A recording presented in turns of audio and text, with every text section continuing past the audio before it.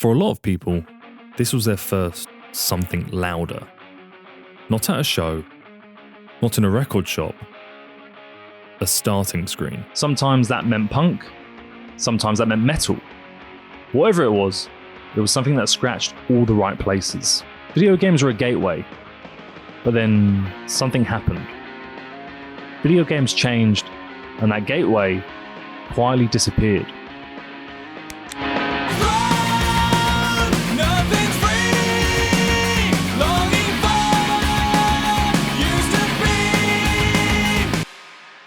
Before Spotify, we had CDs. Before MTV, there was radio. And before I was even old enough to go to my first live music performance, I had Guitar Hero 3 Legends of Rock from the Nintendo Wii. I don't even have a cat. But I'm sure that's the same for a lot of people. We all have memories coming home from school, inserting a disc into whatever was the most popular console in your year group, and playing a video game. Need for Speed, SSX Tricky, Tony Hawk's Pro Skater American Wasteland 3, these were the games that made our childhood, and the music was our soundtrack. Because we didn't just hear these songs once in passing like a sparrow in the wind, we heard it after every loading screen, every retry, every night after school. Eventually these songs didn't feel new anymore, they felt normal. You weren't thinking this is punk or this is metal. 11-year-old James was thinking this feels right and it's cool as shit. But then that's when you start wanting more of it. That's when you start wondering who made the song, or where it came from, and if there's anything more like it. I remember playing Burnout Revenge and hearing Red Flag by Billy Talent for the first time and thinking, oh my god, who is this?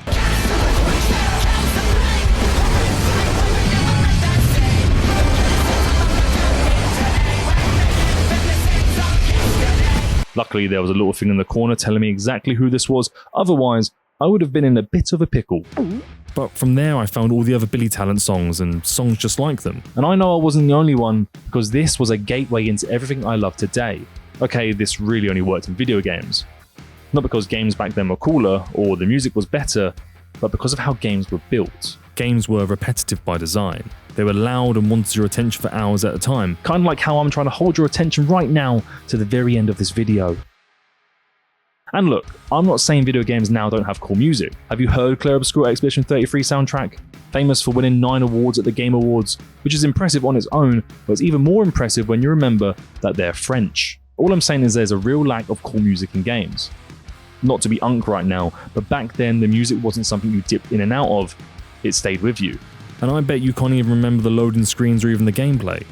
But you can probably tell me that Allister's Somewhere Down in Fullerton is on Disney's Extreme Skate Adventure from 2003.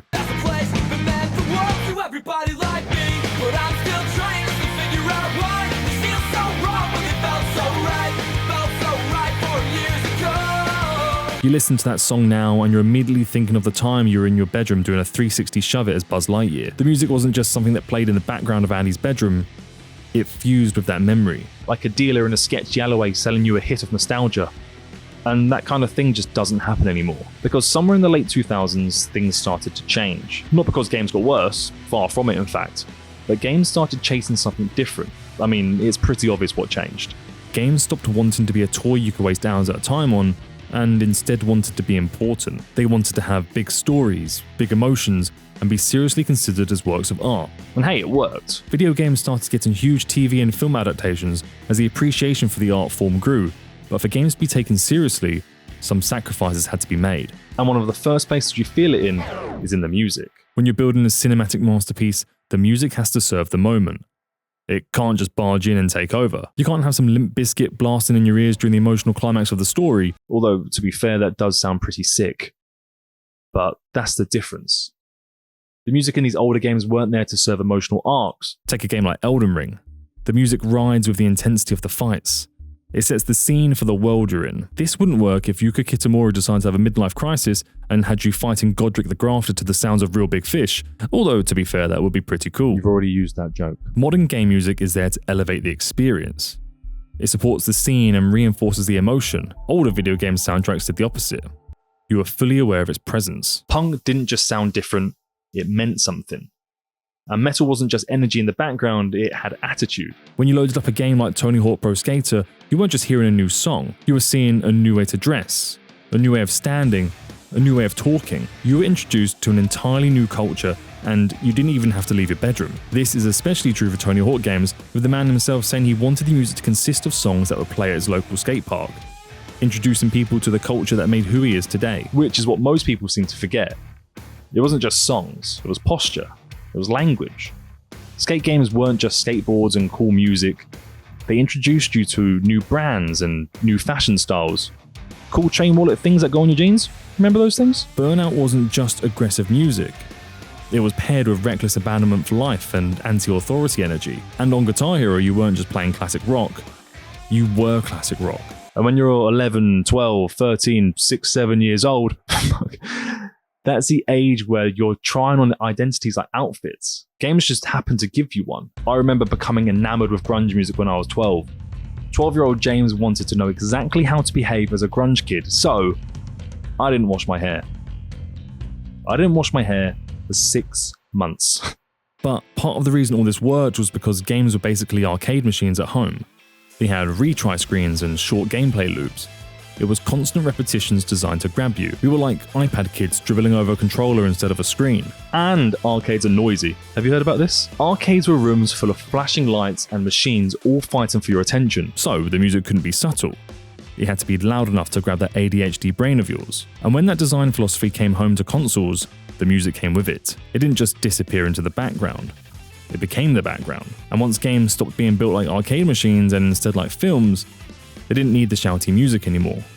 They just needed music that behaved a certain way. You can almost see the turning point in the 2009 game Brutal Legend, a game that transported you into a world built entirely around metal music.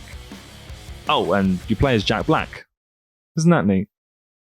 Now, I was obsessed with this game as a kid.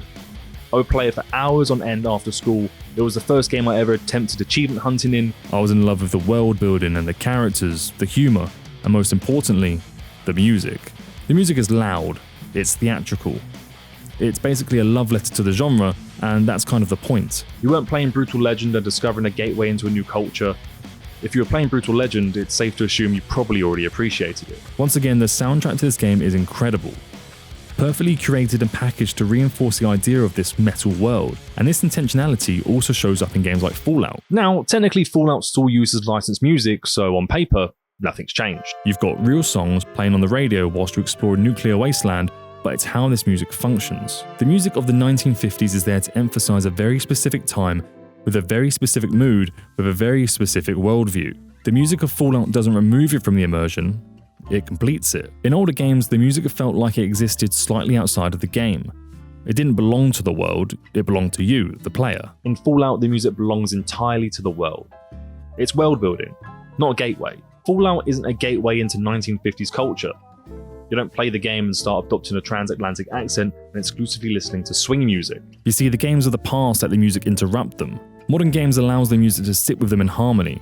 In games like Burnout or SSX Tricky, you'd hear a song on the loading screen and then immediately search it up to burn it onto a CD or illegally download it onto your iPod. The games today have music that, when brilliant, serve a purpose in the game world rather than IRL. It's there to deepen the immersion and keeps you inside the experience. And there's nothing wrong with that.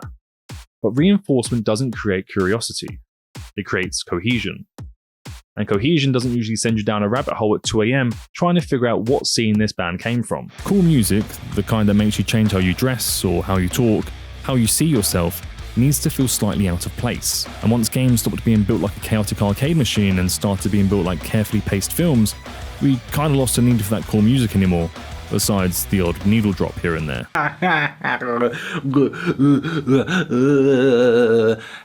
We didn't lose punk or metal or just heavy music in general. It was the act of discovery. Back then, you didn't have to go looking for it. You didn't need taste or create a playlist. You didn't even know what genre of music you liked. You just played a game and it found you. And it's funny because it found a lot of us at the same time. We weren't discovering completely different underground scenes through personalized feeds. Millions of kids were hearing the same songs on the same consoles, just in different bedrooms. So when someone said they liked a band from a Tony Hawk game, you know exactly what they meant. It was a shared experience. Now, discovery still happens, but it's just a bit different. Instead of stumbling across something loud whilst trying to beat a level, we get served things based on what we already like. We have an algorithm refining our tastes instead. Which is fine, I guess. Refinement is comfortable.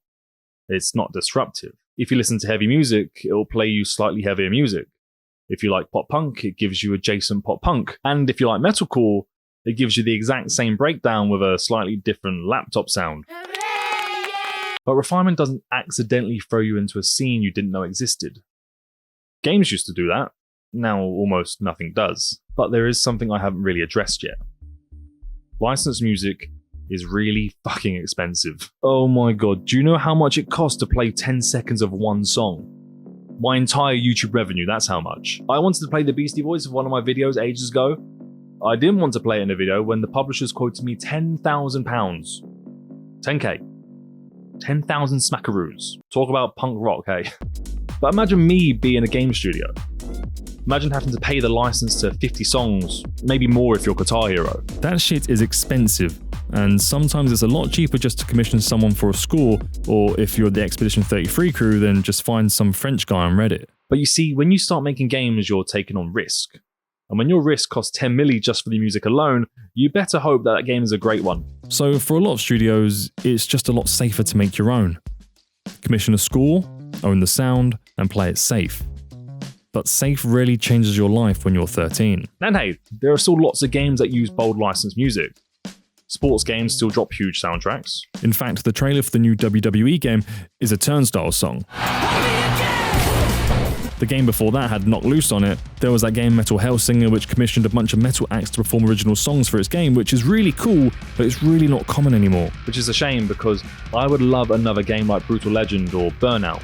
I'd even love another Guitar Hero. A proper Guitar Hero, not the one with the 3 buttons up here and the 3 ones down there. Yeah, we got a new Skate, which had some cool songs in it, but it wasn't really the same. God, I feel like an old man yells at the sky right now. This isn't really about whether video game soundtracks are good or bad. Some of the most beautiful, intricate music written for games exists right now. It's about the fact that for a generation of us, video games weren't just some form of entertainment.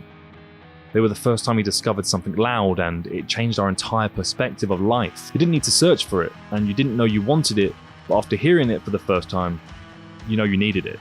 Before Spotify, before playlists and created feeds, we had starting screens.